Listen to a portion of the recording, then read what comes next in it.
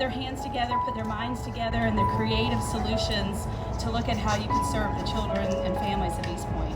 And while doing it, you work together, you work creatively, and you kept the same spirit of EPA all along the way.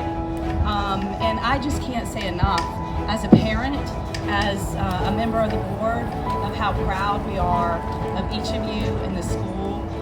The reality is we can't do this alone, and I hope that when our children look back, when they're an adult, and they remember how they survived or how they related to the pandemic, that they'll have fabulous, great memories of the incredible support that they had from their teachers, the staff, their school, their families, and that we will have of each other. So I just can't say thank you enough. Y'all have been remarkable, and we do hold you up as a model for other schools. By golly, we are the best, and I appreciate you every day.